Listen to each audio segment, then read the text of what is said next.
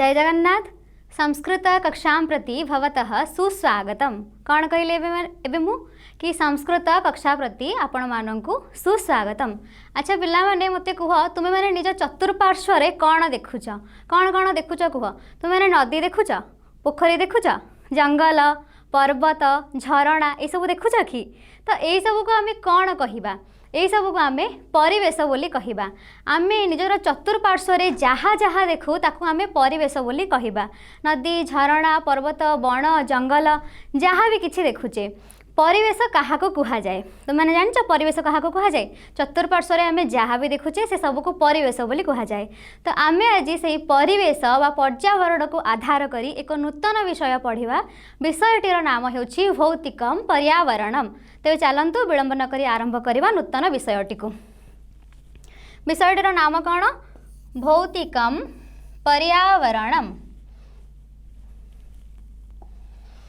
पिला माने देख प्रथम अनुच्छेद इतरे कौन अच्छी पर्यावरण कहा को कुहा जाए बा पर्यावरण बोली कहा को कुहा जाए ता विषय रे कुहा जाइछि कि परि आउ आवरण इति अनयोः योगेन पर्यावरण शब्दः निष्पन्नः भवति। माने परि आउ आवरण ए दुईटी शब्द जोगरे पर्यावरण शब्दर निष्पत्ति होई थाए। माने पर्यावरण शब्द उत्पत्ति होई थाए केमिति? परि युक्त आवरण करी। एठी देख लिखा हिची इति। इति माने बोलिबा नामक, माने परि आउ आवरण बोली अनयोः माने एही दुईटीर योगेन माने जोगरे पर्यावरण शब्दर निष्पत्ति होइछि। पृथ्वी एक विचित्र ग्रह। पृथ्वी कौन? गोटे ग्रह अटे। पृथ्वी गोटे विचित्र ग्रह अटे। कहीं जीव जगत को धारण करिछि, पर्वत को धारण करिछि, नदी को धारण करिछि, एमती किछि नाही जहाँ पृथ्वी धारण करेनी। सब प्रकार जिनस को धारण करिछि। आ एठी ही कौन ना जीव जगत तिष्ठि पारुछि, अन्य कौनसी ग्रह रे नुहे। तेणु पृथ्वी कौन अटे? गोटे विचित्र ग्रह अटे। यत्र माने जेउठारे विभिन्न रूपेण माने विभिन्न रूपरे जीव जगतर जगत शब्दर षष्ठी एक वचन रे जगतः होइथाय। तेणु जीव जगत माने जीव जगतर विकास अभवत।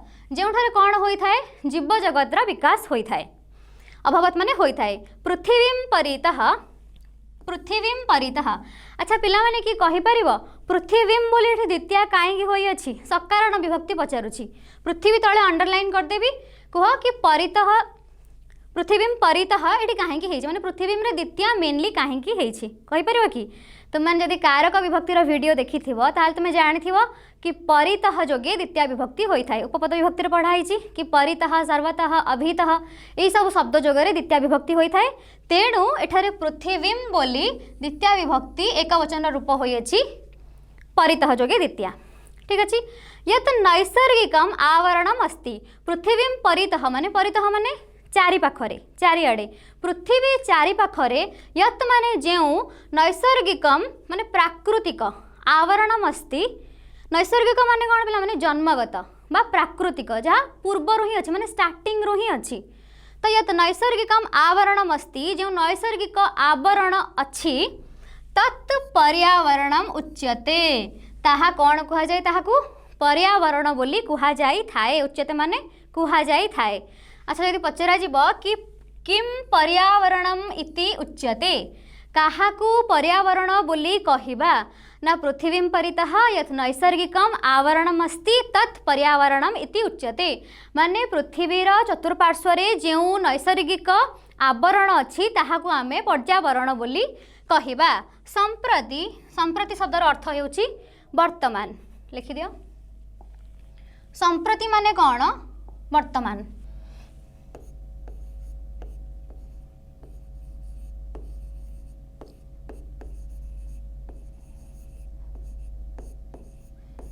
संप्रति वर्तमान को बुझाऊँ। अद्य माने आजी। लिखि दियो। जदि नुआ वर्ड किसी जानूछ संगे संगे खाता बाहर करके लिखि दियो।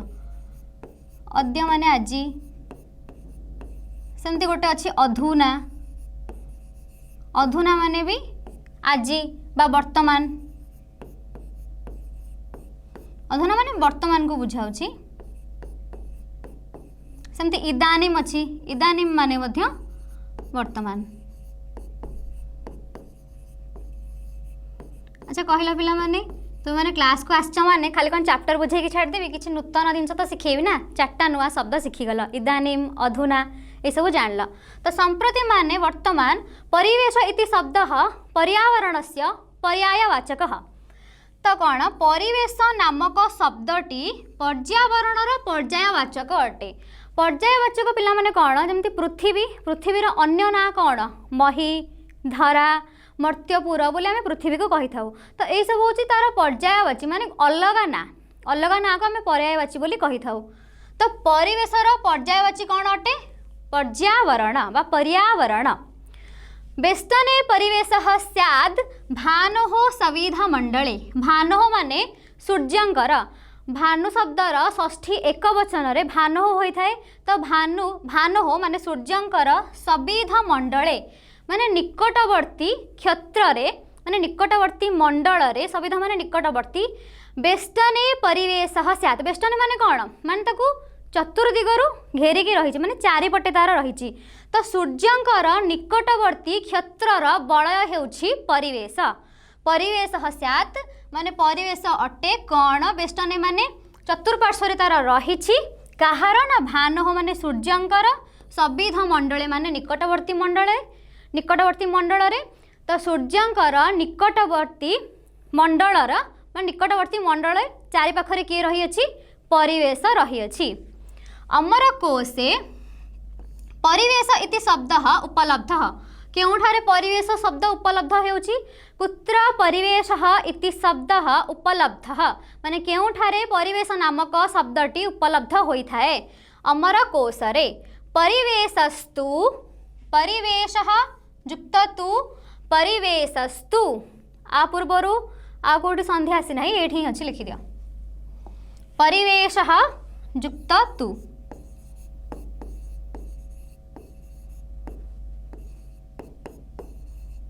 मिसिकी कौन है परिवेशस्तु।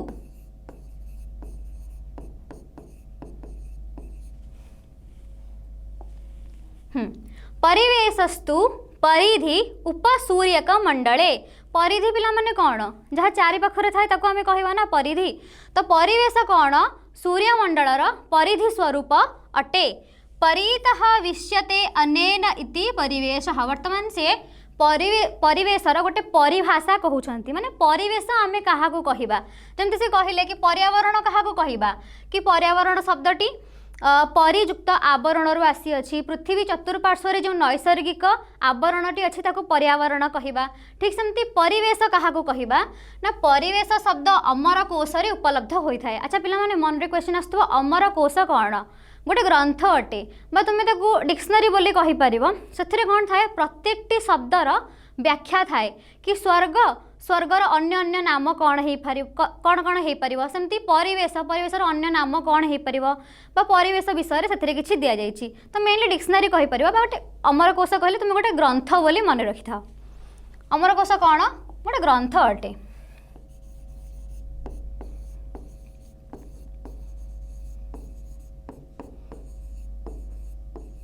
मुझे लिखुची प्रसंगवशतः जहाँ आसूची सब मिसेक लिखुची तुम्हें मैंने एम सब लिखिदेव शब्दार्थ गोटे पटे लिखिदेव संधि गोटे पटे लिखिदेव एमती करके लिख जमी क्लारिटी स्पष्टता रहिबा। अच्छा कौन थिला तो परिवेश क्या कहुए ना परिवेशस्तु परिवेशस्तु परिधि उपसूर्यक मंडले परितः विश्यते अनेन इति परिवेश। परितः माने चारिआडे विश्यते माने व्यापी रहुछि अनेन इति एहा द्वारा बोलिबा एहा कौन करुछि ना चतुर्दिगरे व्यापी रहुछि बोली एहा को परिवेश कहा जाए। देख पिला माने पृथ्वी गोटे ग्रह अटे पृथ्वीर चतुर्दिगरे माने चारिआडे ही परिवेश व्याप्त होई रहिछि तेणु कहा जाइछि कि परितः माने चारिआडे विश्यते माने व्यापी रहिछि बोली ताको कौन कहा जाउछि परिवेश कहा जाउछि। परिवेश शब्दर निष्पत्ति वर्तमान देखिबा। देख एठी कौन हेछि परि उपसर्ग पूर्वक विष धातुर अर्थ पुणी कौन व्यापीवा अर्थ रे से व्याप्त लिखा जाइए। विष धातुर अर्थ होछि व्यापीवा अर्थ रे घय होई घय गोटे कौन प्रत्यय लिखि दियो परि उपसर्ग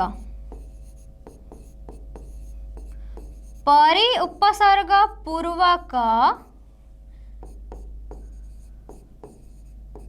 विष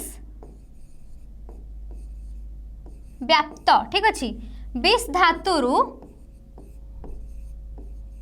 घय घय गोटे कौन प्रत्यय पिला माने घय प्रत्यय एग्जांपल मु प्रकृति प्रत्यय पढ़ा समय देछि तो मैंने प्रकृति प्रत्ययर वीडियो देखले बुझी पारिबो कि जोठारे दीर्घ होई थाए सेठी घय होय जंती छेद भेद वेद विदयुक्त घय वेद होई थाए तो एतिक लिखिदियो कि परि उपसर्ग पूर्वक विष धातुरु माने व्याप्त हेबा अर्थरे जो धातुर व्यवहार करा जाई थाए सेही धातुरु घय प्रत्यय कले परिवेश शब्दर निष्पत्ति होई थाए तो परिवेश क्या कहवा परिवेश घय तार निष्पत्ति परिवेश हेउछि जहाँकि चतुर्दिगरे व्यापिकी रही आम परिवेश बोली कहवा एटा पूरा डेफिनेशन एमती ही मन रखिबो कि परितः विश्यते अनेन इति परिवेश माने चतुर्दिगरे व्यापी रही बोली ताहाको परिवेश बोली कहा जाउछि तापर कौन ये ना सर्वम व्याप्तम भवति हे देख जो लिखला परितः विश्यते ता विषय कहूची कि ये ना माने जहा द्वारा सर्वम माने सब किछि व्याप्तम माने व्याप्त भवति माने होई थाए बा होइछि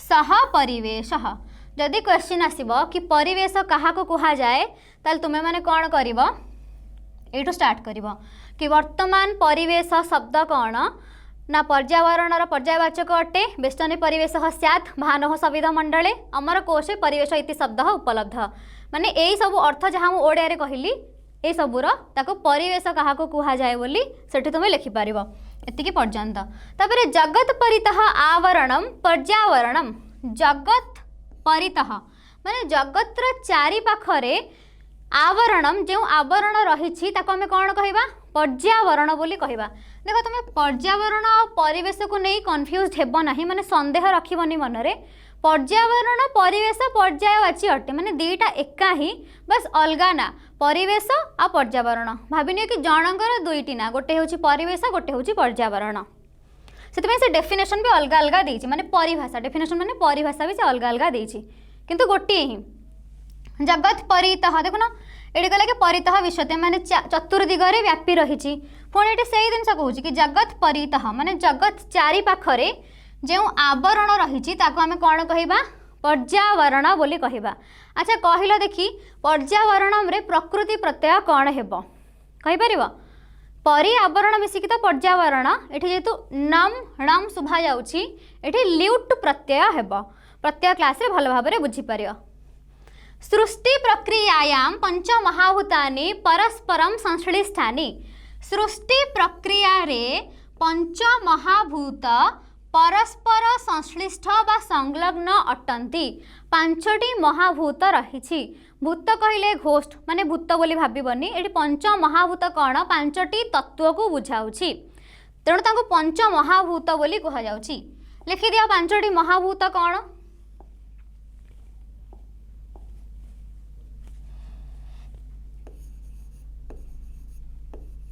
पंच महाभूतानि माने पंच महाभूत माने पांचटी तत्व तुम चतुर्पार्श्व अच्छी तुम्हें ताको देखुछ ता भितर किछटा को देखि पारुछ किछटा को अनुभव करि पारुछ किंतु जानना ताको पंच महाभूत बोली कहा जाए कौन कौन एक नंबर रे लेख आकाश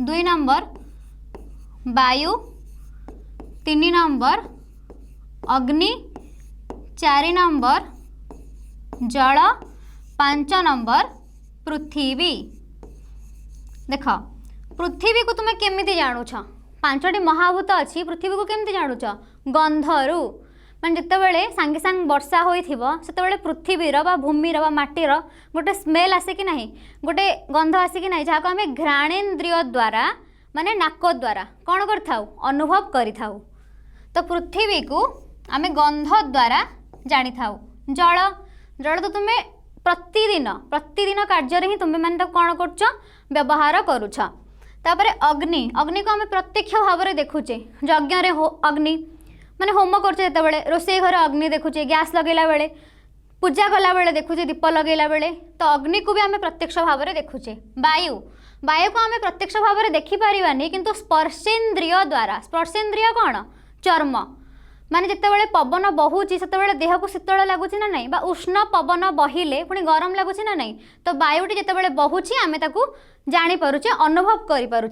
ठीक से भाई आकाश, आकाश को केमती अनुभव करुछ ना शब्द गुणकम आकाशकम। आम जहाँ भी शब्द कहूचे तार ध्वनि सृष्टि होउची, आम मुखर बाहरला से ध्वनिटी कौन है इको है माने प्रतिफलित है, प्रतिध्वनि है, जहाद्वारा आमको पुणी से शब्दटा आम कान को शुभा जाऊँ, मु कहूँ मु शुणी भी पारुची, ता क्या होता है आकाश होता है। तो यही पांचटी महाभूत आम प्रतिदिन ही देखुचे जानुचे अनुभव करुचे, कि पंच महाभूत कहुए बोली आम जानी नथिले, जोटा कि आम भौतिकम पर्यावरणम अध्याय द्वारा जानीपारे। तो मन रखिबो पांचटी महाभूत। तापरे तो सृष्टि प्रक्रिया रे पांचटी महाभूत परस्पर सह संलग्न अटंती। केमिति अटंती देख से कहबो, सूक्ष्मात् भूतात् स्थूलस्य भूतस्य उत्पत्ति ही भवति। सूक्ष्म भूतरु, सूक्ष्म माने छोट छोट, तो छोट छोट भूतरु माने जो तत्वरु, ये जो पांचटी महाभूत ताको तत्व भी कहा जाए। तो ये छोट छोट भूतरु वा तत्वरु स्थूल माने बड़ भूतस्य उत्पत्ति ही भवति। माने सूक्ष्मरु स्थूलर उत्पत्ति होता है, छोटरू बड़र उत्पत्ति होता है। आकाशात वायु देख से कहूँ क्यों महाभूतरु कहार उत्पत्ति होता है, आकाश महाभूतरु वायु महाभूतर उत्पत्ति होता है। माने ये सूक्ष्म किए है आकाश, ये कहले कि सूक्ष्मरु स्थूलर उत्पत्ति होता है, तो आकाशरु वायुर उत्पत्ति है। तापरे वायो अग्नि ही देख ये सब आकाशात वायो अग्नि ये सब कौन ना पंचमी विभक्ति है। आकाशात माने आकाशरु, वायो माने वायुरु, अग्नि माने अग्निरु, रु ठारू मानक ठारू कही एमती अर्थ आसव, पंचमी विभक्ति होती। तो आकाशरु वायुर, वायो अग्नि माने वायुरु अग्निर, अग्नि आपः, अग्निरु आपः माने जल, अभ्य माने जलरु कहार उत्पत्ति होता है पृथ्वीर। तो ये सीक्वेंस तुम्हें मन रख, माने पर्याय क्रम को तुम्हें मन रख कि आकाशरु वायुर, वायुरु अग्निर, अग्निरु जलर, जलरु पृथ्वीर। एटा पूरा मन रख। शॉर्ट क्वेश्चन आसी कि आकाशरु कहार उत्पत्ति है, तुम कह वायुरु, वायुरु कहार उत्पत्ति है अग्निर। तो एमती तुम्हें मन रख, लिखि ही दियो कहाठू कहार उत्पत्ति होता है। देख ये आकाशरु वायुर, वायुरु अग्निर, अग्निरु जलर, जलरु पृथ्वीर है। एडी माने एटा लाइन वाइज मन जदि रखिदबा कि आकाश वायु अग्नि जल पृथ्वी। आकाश पई आकाश कहा जायछि, वायु पई वायु कहा जायछि, अग्नि पई अग्नि, खाली जल पई आपह कहा जायछि। कोन कहा जायछि आप, आउ अव्य पृथ्वी माने जलरु पृथ्वीर सृष्टि होता है। यही लाइन वाइज मन रख।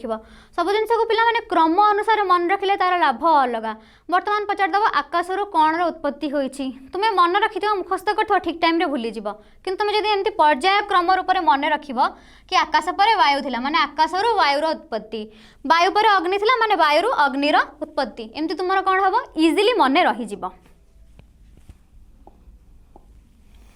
ठीक अच्छे, ताले पांचटी महाभूत पुणी क्यों कहार उत्पत्ति होता है, सूक्ष्मरु स्थूलर उत्पत्ति होता है।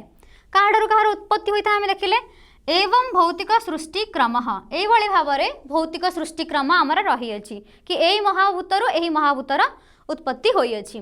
पृथ्वी स्थूलतमा, पृथ्वी कौन अटे सबुठु बड़ अटे। देख से फास्ट ही कही कि सूक्ष्मरु स्थूलर उत्पत्ति हेब, से ही क्रम देखा गले सबुठु लास्ट कहार उत्पत्ति होई अछि जलरु पृथ्वीर। तो पृथ्वी स्थूलतमा हम ना नहीं, माने समस्त मध्य बड़ हम ना नहीं। तो पृथ्वी स्थूलतमा अटे माने सबुठु सूक्ष्म जब देखा ताले किए हो आकाश। से कहला ना सूक्ष्मरु स्थूलर उत्पत्ति हम, सबुठु सूक्ष्म हो आकाश, आकाश पर सूक्ष्म वायु, वायु पर सूक्ष्म अग्नि, अग्नि पर जल, जल पर पृथ्वी। माने सबुठु स्थूल हिसाब से देखा गले लास्ट फास्ट को जाओ। फास्ट आसी पृथ्वी, तापर आसी जल, तापर अग्नि, तापर वायु, तापर आकाश। ठीक अच्छे।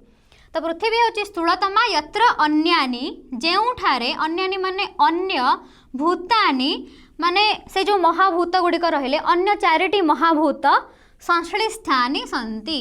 तो पृथ्वी हूँ सबुठारु बड़ महाभूत जो अन्य महाभूत गुड़िक संश्लिष्ट होई अछंती। पर्यावरणे एतानि भूतानि गृहीतानि वर्तन्ते। कहीं पंच महाभूत विषय से कहला कहीं आम पढ़ुचे परिवेश व पर्यावरण विषय पर्यावरण रे एतानी माने एही भूतानी माने पंच महाभूत गृहीतानि भवन्ति ग्रहण करा जाई थाए गृहीतानि वर्तन्ते एई पांचटी महाभूत को ग्रहण करा जाई थाए आकाश वायु अग्नि जलम पृथ्वी च भूतानि देख सेत फर्स्ट कहीदेला अभी से कहूँ पांच महाभूत किए ना आकाश वायु अग्नि जल पृथ्वी देखुच बही रे भी से पूरा क्रम अनुजाई लिखी कि फर्स्ट तुम आकाश को मन रख वायु तापर अग्नि जल पृथ्वी तो ये पांचटी होती महाभूत पर्यावरण मध्ये एतेषां ग्रहणं भवति तो पर्यावरण मध्य माने पर्यावरण मध्यरे माने परिवेश मध्यरे एतेषां माने एमानंकर ग्रहणं माने ग्रहण भवति माने होई थाए इकोलॉजी ओकोलॉजी इति शब्दद्वयम् ओकस इति ग्रीक शब्दतः निष्पन्नम तो दुईट शब्द अच्छी इकोलॉजी ओकोलॉजी तार मेन कौन देख पिला माने आमे जहाँ भी पढ़ी थाउ शब्द ताहा केउठारु ना केउठारु आसी थाए आम जमी संस्कृत में कौन कर प्रकृति प्रत्यय माने धातु रूप देखुचे सपोज मुझे कहि बहती बहती बर्तमान कौन हो बह धातु कौन गोटे प्रत्यय होई बा तिप्तस झी सब लगे कि प्रत्यय बहती बोली रूपटी आसूची सेमती सी कहूँ देख इकोलॉजी ओकोलॉजी कौटू आसी ना ग्रीक शब्दतः ग्रीक शब्द रू आसी क्यों ग्रीक शब्द रू ओकस इति एक ओकस बोली बा नामक ग्रीक शब्द रू इकोलॉजी ओकोलॉजी शब्दद्वयम् दुईटी शब्द निष्पन्नम माने आसी अच्छी निष्पन्न होई अच्छी यस्यार्थः गृहम तो ओकोस शब्दर अर्थ कौन अटे गृहम माने घर घर को बुझाऊँ ओकोस एमती शॉर्ट क्वेश्चन पड़ जाए कि ओकोस शब्दर अर्थ कौन गृह अटे संस्कृते ओकस शब्द गृह पर्यायवाचक माने जदि आम कह गृह पुणी तार आउ गोटे ना कौन संस्कृत रे ओकस देख ग्रीक रे भी तार अर्थ गृह संस्कृत रे भी गृहर पर्यायवाचक अटे माने गृहर अलग नाम कौन अटे ओकस तो ओकस शब्द गृह पर्यायवाचक अटे प्राणी जगत उद्भिद जगत ये देख उद्भिद जगत लिखाई उद्भिद जगत च व्यापकम गृहम भवति पर्यावरणम तो पर्यावरण काहार काहार घर अटे प्राणी जगत माने प्राणी जगतर आउ उद्भिद जगतर उद्भिद जगत पिला माने बुझी पड़छ तो वृक्ष लता गछ जहाँ भी ताको उद्भिद कह जाए आउ प्राणी जार प्राण अच्छी ताहा प्राणी तो प्राणी जगतर आउ उद्भिद जगतर च माने ओ व्यापक गृह हेउछि कौन भवति माने हेउछि पर्यावरण पर्यावरण विषय केते किछि जानिया को मिलला ना एठू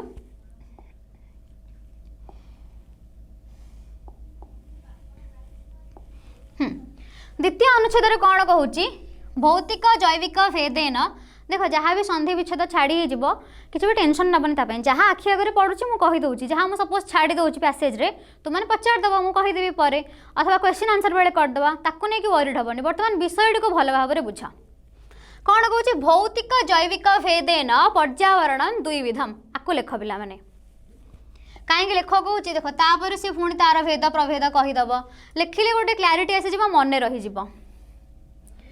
फर्स्ट एमती लेख पर्यावरण एमती दुईटा गार काटी दियो गोटे पटे लेख भौतिक आ गोटे पटे लेख जैविक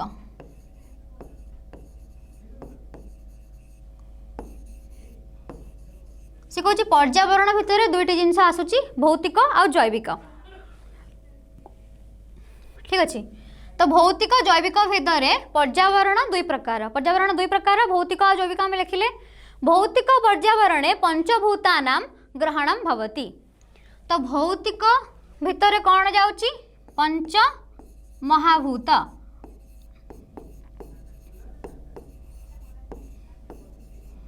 पर्यावरण दुई प्रकार भौतिक और जैविक भौतिक भितर पंच महाभूत माने आकाश वायु अग्नि जल पृथ्वी पांचटी जैविक कौन जाउछि जैविके वृक्षाणाम जीवानाम च ग्रहणं भवति माने जेतिकी वृक्ष रहिले आउ जीव माने रहिले से माने जैविक रे जाउछंती जीवन अछि सेति जैविक तो देख एठी कौन हैला वृक्ष माने रहिले आउ जीव माने रहिले भौतिक से पचारदेव कि भौतिके केशाम ग्रहणम भवति पंचमहाभूतानां जैविके वृक्षाणां जीवानां च ग्रहणम भवति माने जैविक वृक्ष मानकर और प्राणी मानकर ग्रहण होता है जीवानाम लिखा है ना प्राणीन माने प्राणी मानकर भूमेः सॉरी प्राणीन भूमेः भोजनम से कौन देख प्राणीरु कौन होता है ना भूमेः भोजनम प्राणी मानकर जो प्राणी माने अच्छंती से माने कहाठारु कौन ग्रहण करते देख से कौन भूमेः माने भूमिरु प्राणीन माने प्राणी मानकर भोजनम माने खाद्य ग्रहण करिथांती भूमि माने पिला माने कौन पृथ्वी पृथ्वी रे ही तो सब प्रकार शस्य शस्य इत्यादि होता है तापरे कौन ताको कह जाए वृक्ष आदि थाए माने जहाँ आम फल इत्यादि पाऊ तो शस्य जहाँ भी आम पाउछे खाद्य अन्न जहाँ भी क्या पाई पृथ्वी ठार ही पाई से देख पृथ्वी कह भूमि भूमि शब्द तुम कौन बुझ पृथ्वीर पर्यायवाची तो पृथ्वी पृथ्वी आम कौन पाई भोजन क्यों माने प्राणी माने जलात जलम ये संधि हो जाइए लिखिदि गोटे जगह आम संधि लिखुले ना हाँ ये लिखिदि नाई छाड़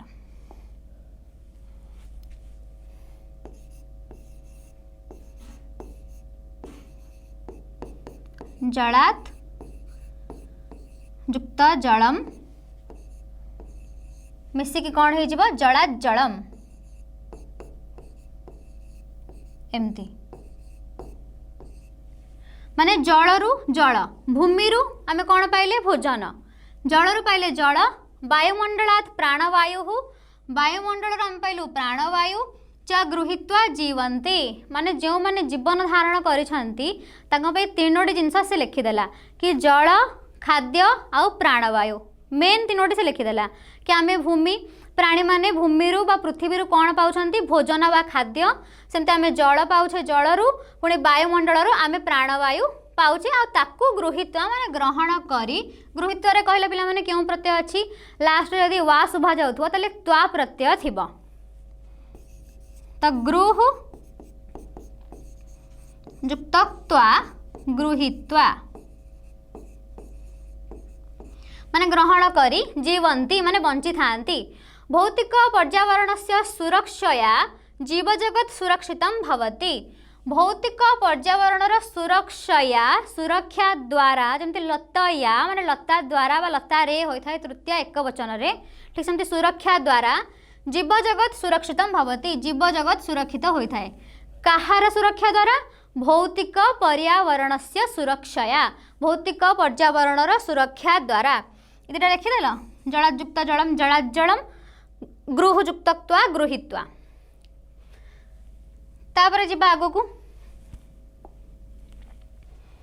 तृतीय अनुच्छेद कौन कहूँ पृथ्वी पृथ्वी देख तापर से गोटे गोटे जिनस को व्याख्या करिब कि पृथ्वी क्या कह जाए अग्नि क्या कह जाए वायु माने गोटे गोटे पंचमहाभूतर गोटे गोटे भूत को नहीं से व्याख्या करिब सबुठु स्थूलतमा किए थिला माने सबुठु बड़ किए थिला पृथ्वी पृथ्वी रे जीव जगत अच्छी परिवेश अच्छी तेणु प्रथमे पृथ्वी पृथ्वी कौन पृथ्वी विश्वंभरा वसुधानी प्रतिष्ठा जगतो निवेशनी बोली अथर्व वेद रे कह जाइए जो नंबर देखुच द्वादश मान तार 12तम सूक्त वा जहाँ भी से कौन हो आउ 16तम मंत्र से कहुई कि पृथ्वी विश्वंभरा वसुधानी प्रतिष्ठा जगतो निवेशनी केउठी माने केते नंबर अध्याय रे केउ मंत्र सेटा मन रखा दरकार नहीं केवल अथर्व वेद रे कहुई बोली मन रख पिला माने वेद चारिटी ऋग्वेद यजुर्वेद सामवेद अथर्व वेद चतुर्थ वेद जो रहिला अथर्व वेद से कहुई कि पृथ्वी विश्वंभरा अटे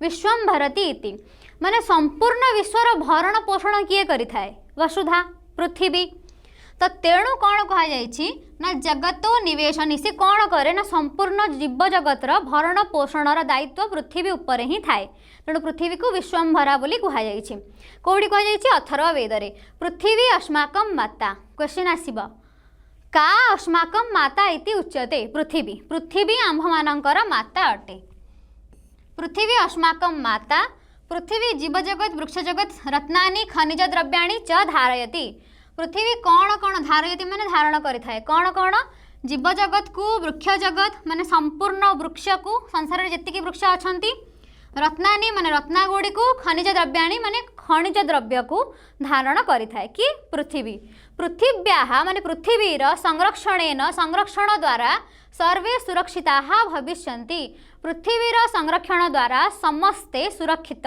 होई पारिबे बा होई जिबे भूमेः माने भूमिर माने पृथ्वीर प्रदूषणेन प्रदूषण द्वारा रोगाः जायन्ति केन रोगाः जायन्ते भूमेः प्रदूषणेन जदि आमे पृथ्वी को प्रदूषित करिबा तेबे आमको विभिन्न रोगर सामना करिया को पड़िबो वृक्षाणाम वृथा छेदनेन वृक्ष मानकर वृथा छेदन द्वारा माने आमे जो बिना कारण रे बा बिना किछि अर्थ रे कोन करूचे वृक्ष को काटी दउछे ता द्वारा कोन हेबो अत्यधिक रासायनिक कीटनाशक विष प्रयोगेण च भूमि ही प्रदूषिता शक्तिहीना च भवति देख से कहूँ भूमि माने पृथ्वी प्रदूषिता शक्तिहीना च भवति प्रदूषित होता है आउ शक्तिहीन हो जाए केमिति जितेबाला आम कौन करूँ बिना कौन कारण रे गछ काटी दाओ बा कारण भी थाओ तुम मैंने गछ लगाओ तापर काट गछ काटिया तो सबआड़े ही मना कर जंगल संरक्षण कहीं देख वृक्ष मानकर वृथा छेदन द्वारा कौन होची अत्यधिक रासायनिक आउ कीटनाशक औषध भी जितेबाला आम प्रयोग करुचे जिते शस्य करा कीटनाशक औषध कौन करा प्रयोग करा तो जाकि शस्यर कीट गुड़िक नाश पाँच फसल कटा ना तो से जिनटा कहूँ कि तुम जो गछ काटुच आउ अत्याधिक कीटनाशक माने विष गुड़िकर जो प्रयोग करुछ ता द्वारा भूमि प्रदूषित तो होची पुनश्च शक्तिहीन हो जाउछि भूमि ही प्रकृति ही उच्यते भूमि कौन अटे प्रकृति अटे जहाँ थारू आम सबकि पाई था ताको प्रकृति बोली कहा जाए तो भूमि प्रकृति ही उच्यते अतः तस्याः संरक्षणेन सर्वं संरक्षितं भवति तेणु अतः माने एणु तस्याः माने प्रकृत्याः माने भूमेः संरक्षणेन संरक्षण द्वारा सर्वं संरक्षितं भवति सबकिछि संरक्षित होता है पृथ्वीर व भूमिर संरक्षण करवा उचित